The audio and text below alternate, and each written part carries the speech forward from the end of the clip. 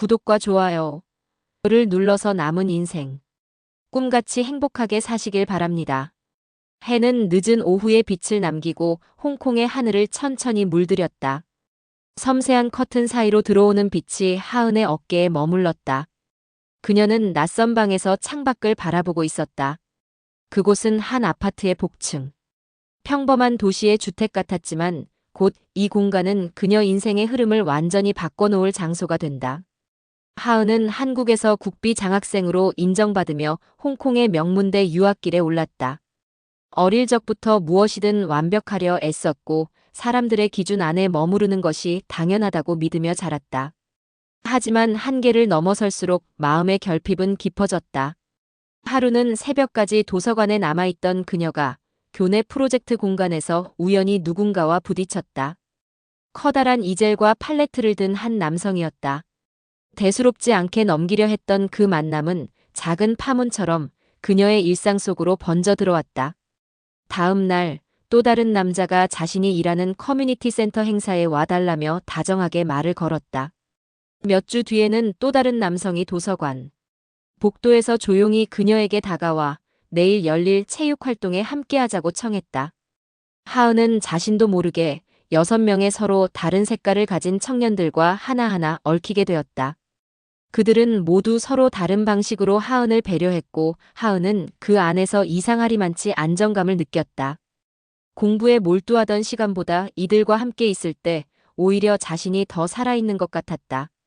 무언가가 이상하다는 걸 느낀 건 셋째 주쯤이었다. 갑자기 내린 폭우로 귓가가 어려워진 밤, 하은은 한 남성의 제안으로 그의 쉐어하우스에 잠시 머물게 되었다. 하지만 문을 열고 들어간 그 집에는 이미 익숙한 얼굴들이 하나둘씩 있었다. 서로 간에 이미 알고 있던 듯 자연스레 인사를 나누었고 그 순간 하은은 무언가 자신도 모르게 중대한 문 앞에 서 있다는 걸 깨달았다.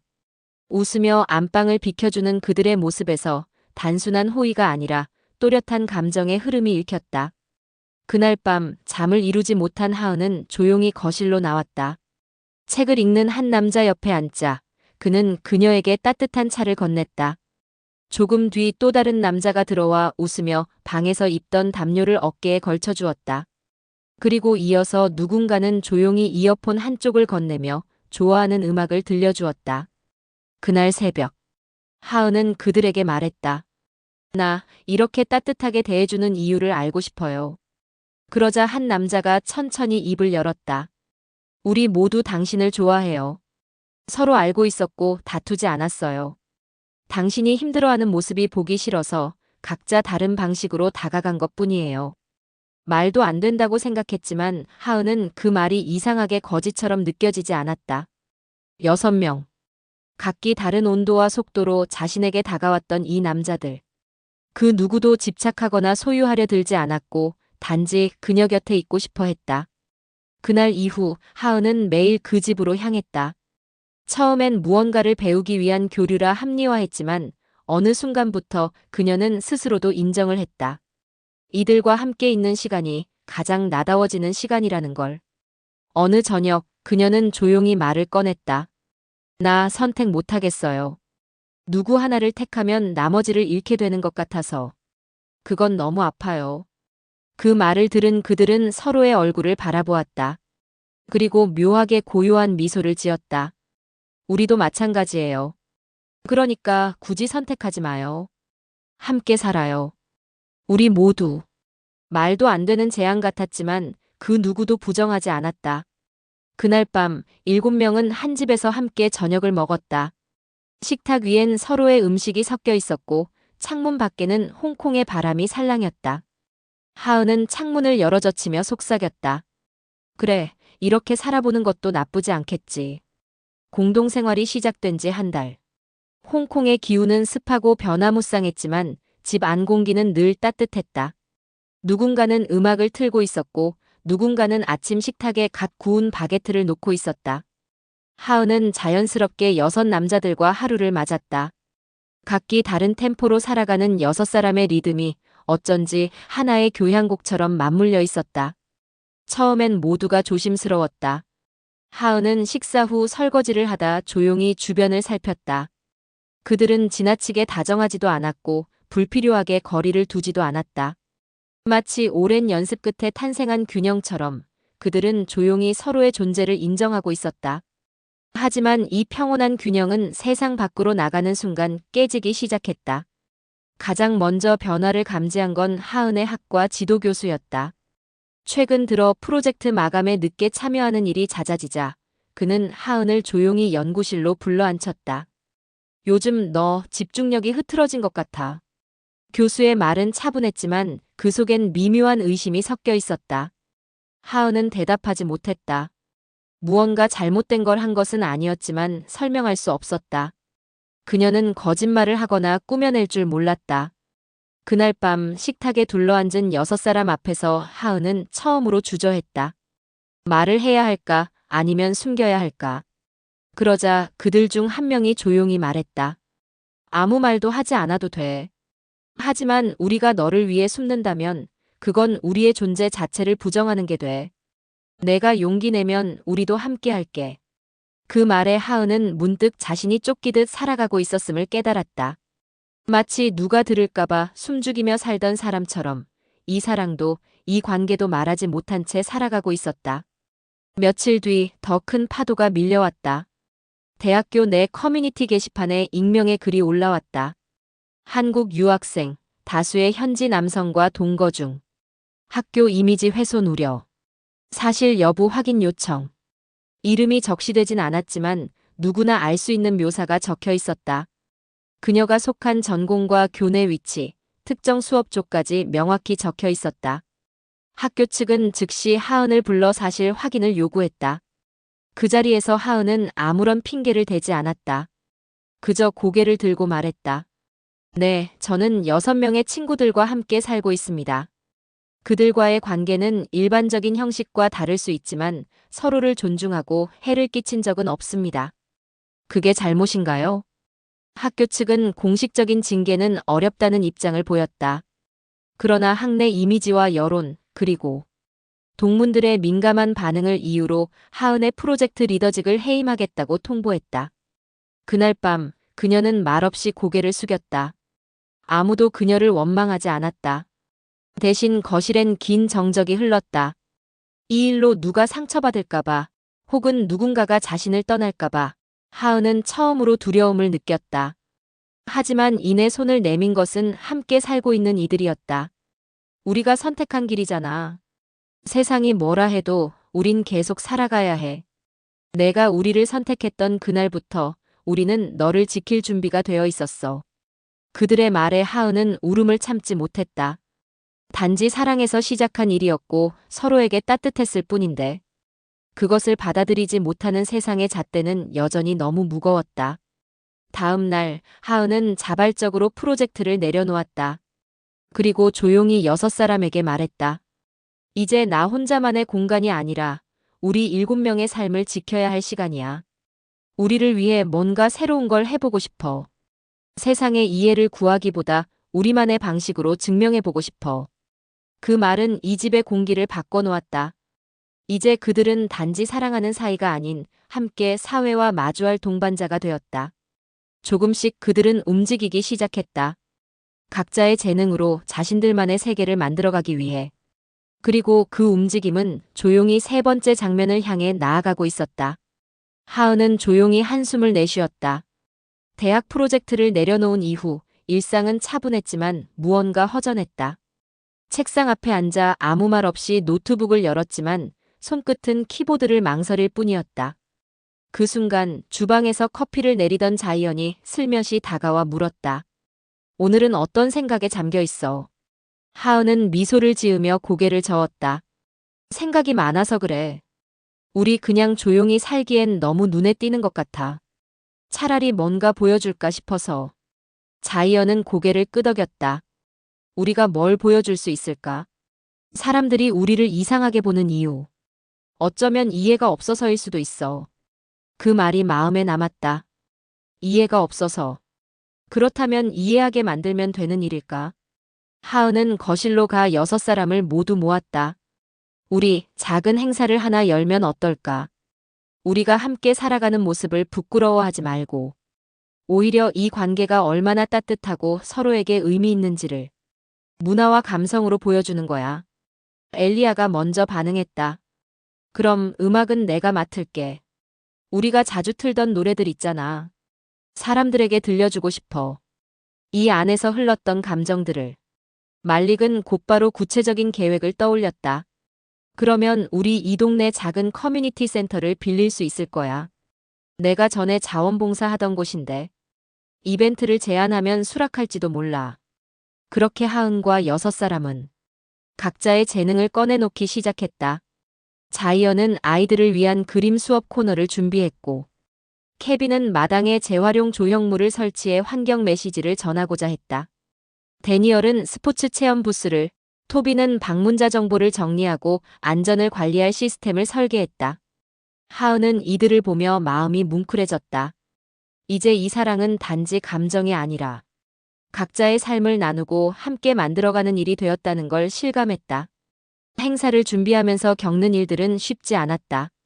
커뮤니티 센터 관리자는 처음엔 의심의 눈길을 보냈다.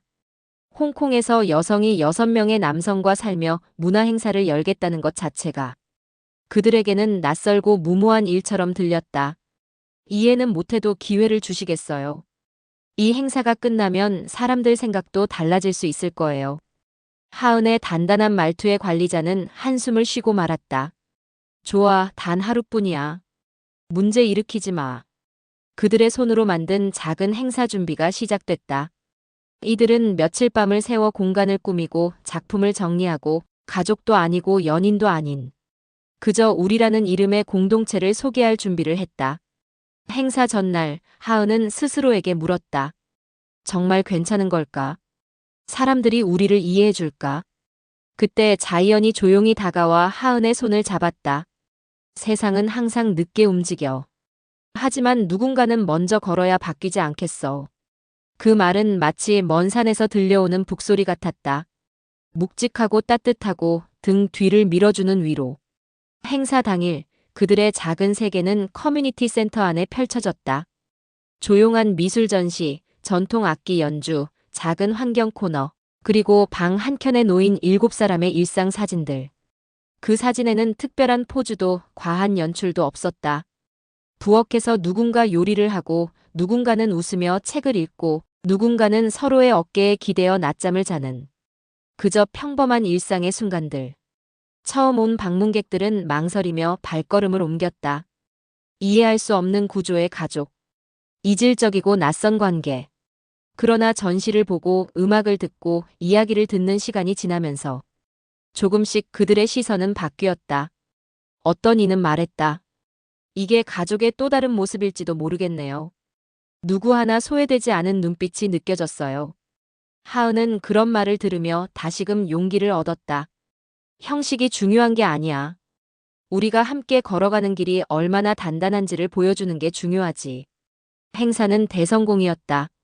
작은 커뮤니티 센터 안은 하루 종일 따뜻한 웃음으로 가득 찼고 하은과 6사람은 처음으로 세상에 자신들의 존재를 드러냈다. 밤이 되자 센터 문을 닫고 돌아가는 길. 하은은 하늘을 바라보며 조용히 속삭였다. 고마워. 우리 함께여서 정말 다행이야. 그 말에 데니얼이 조용히 웃으며 대답했다. 이건 시작일 뿐이야. 앞으로 더 많은 걸 함께 해야지.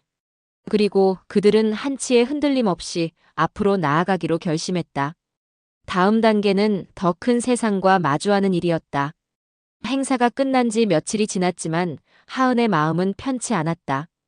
작은 축제를 통해 공동체의 온기를 전달하는 데는 성공했지만 그렇다고 세상이 그들을 온전히 받아들인 건 아니었다. 그날 이후 커뮤니티 센터 앞 게시판에는 무명의 투서가 붙었다. 이건 가족이 아닙니다. 도덕적 해체입니다. 공공기관이 이런 집단의 장소를 대여했다는 사실에 분노합니다. 손으로 쓴 문장 하나하나가 찢어진 마음처럼 날카로웠다.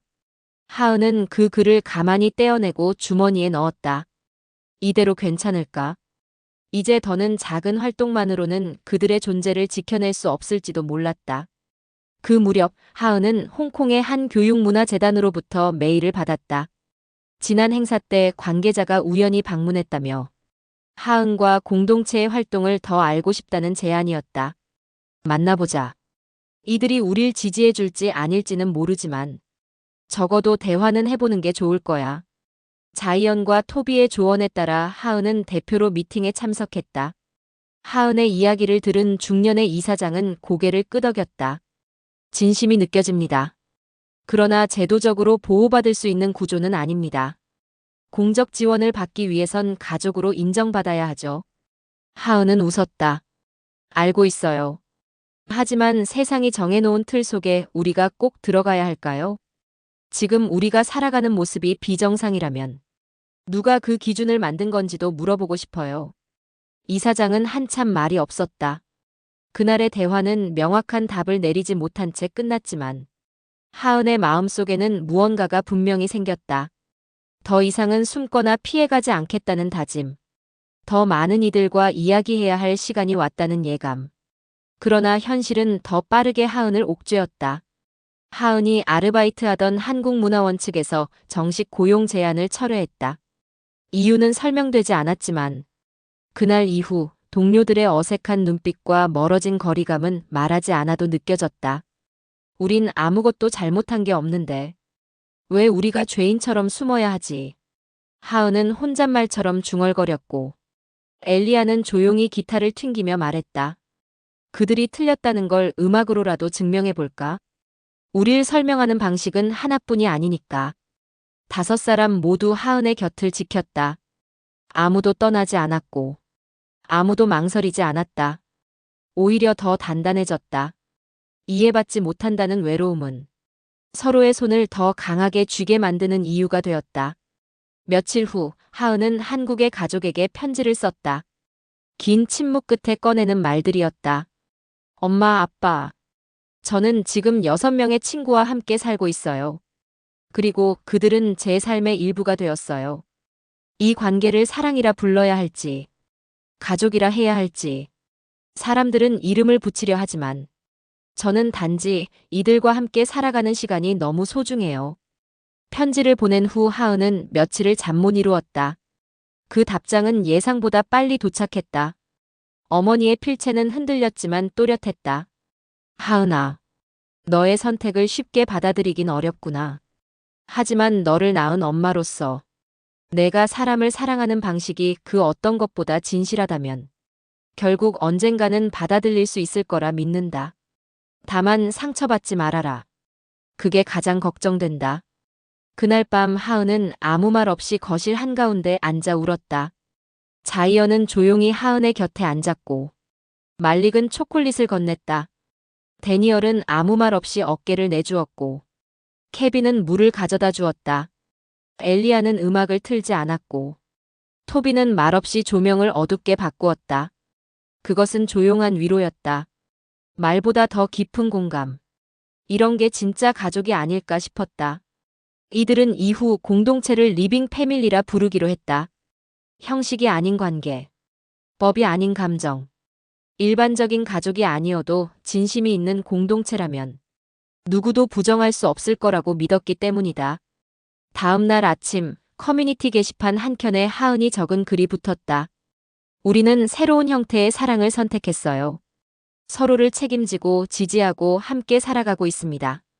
당신이 알지 못하는 방식이라고 해서 틀린 것이 아닙니다. 누군가의 사랑을 이해하는 데엔 형식보다 마음이 더 중요하지 않을까요?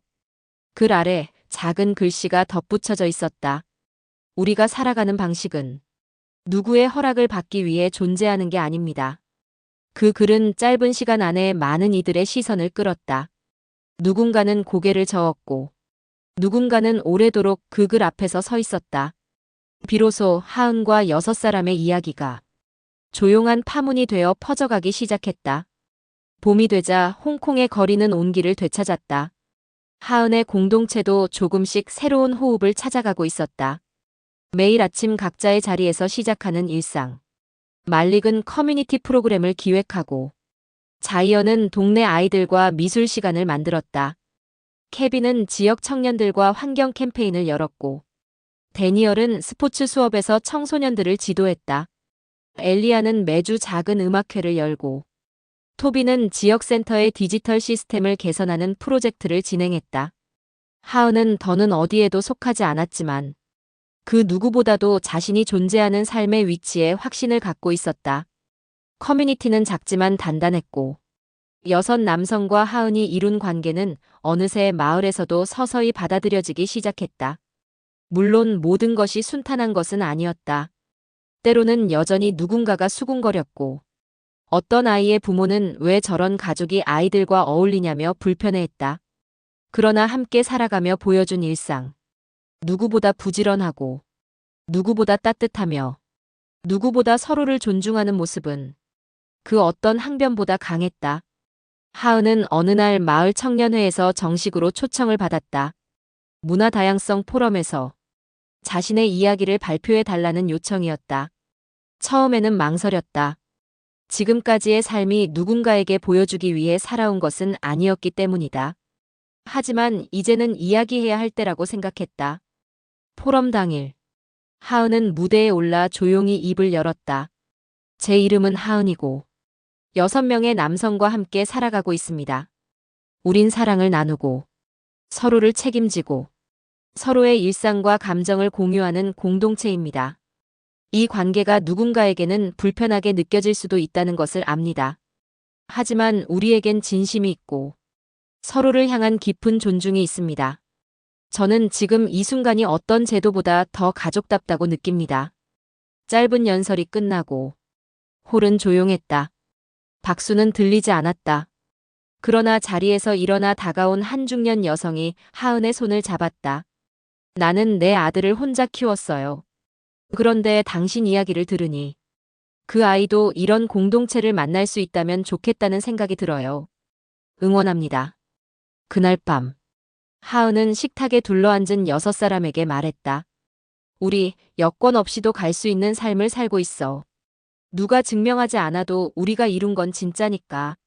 앞으로 더 많은 사람들에게 이 이야기를 들려주자. 숨기지 말고. 떳떳하게. 다음 날, 토비는 이들의 공동체에 이름을 붙였다. 하모니 패밀리. 각기 다른 목소리가 하나의 선율로 이어지는 살. 그것이 그들답다고 생각했다. 그리고 몇 주 뒤, 홍콩 한복판의 작은 전시 공간에서 하은과 6 남성의 삶을 담은 사진전이 열렸다. 자이언이 찍은 일상의 장면들. 음식을 준비하는 손. 어깨에 기댄 그림자. 작은 도서관에서 책을 읽는 순간. 비 오는 날 공동 우산 아래의 6명의 등. 사진마다 설명은 없었지만 사람들은 멈춰 서서 오래 바라보았다. 어떤 이는 말없이 고개를 끄덕였고 어떤 이는 가만히 눈시울을 닦았다. 하은은 더 이상 이해받지 못할 관계를 두려워하지 않았다. 그들은 이미 사랑하고 있었고 이미 살아내고 있었고 이미 서로를 위해 존재하고 있었기 때문이다. 한 달 후, 이들은 마을 외곽 작은 땅을 빌려 직접 공동 농장을 시작했다. 작은 텃밭이었지만 그 안에 심긴 건 단지 채소가 아니라 서로를 향한 책임감이었다. 엘리아는 밭일을 마친 후 기타를 꺼냈고 토비는 작은 로그 시스템을 만들어 작물의 성장 데이터를 기록했다. 케빈은 허브와 꽃을 심었고 말릭은 주말마다 마을 아이들을 불러와 흙을 만지게 했다. 데니얼은 수확한 채소로 건강 요리를 만들었고 자이언은 그 모습을 그림으로 남겼다. 하은은 그런 이들을 바라보며 조용히 속삭였다. 이곳이 내가 머물고 싶은 집이야. 비록 그 어떤 제도도 이들을 묶어주진 않았지만 그들만의 방식으로 다짐했고 그들만의 언어로 사랑했으며 그들만의 책임감으로 미래를 준비하고 있었다. 한 계절이 지나고 하은은 그날의 편지에 이렇게 썼다. 엄마, 아빠. 형식보다 마음이 더 중요하다는 걸. 이제 저도 알 것 같아요. 이들이 없었다면 저는 아마 스스로를 미워하며 살았을 거예요. 하지만 지금 저는 세상에서 가장 따뜻한 공동체와 함께 있습니다.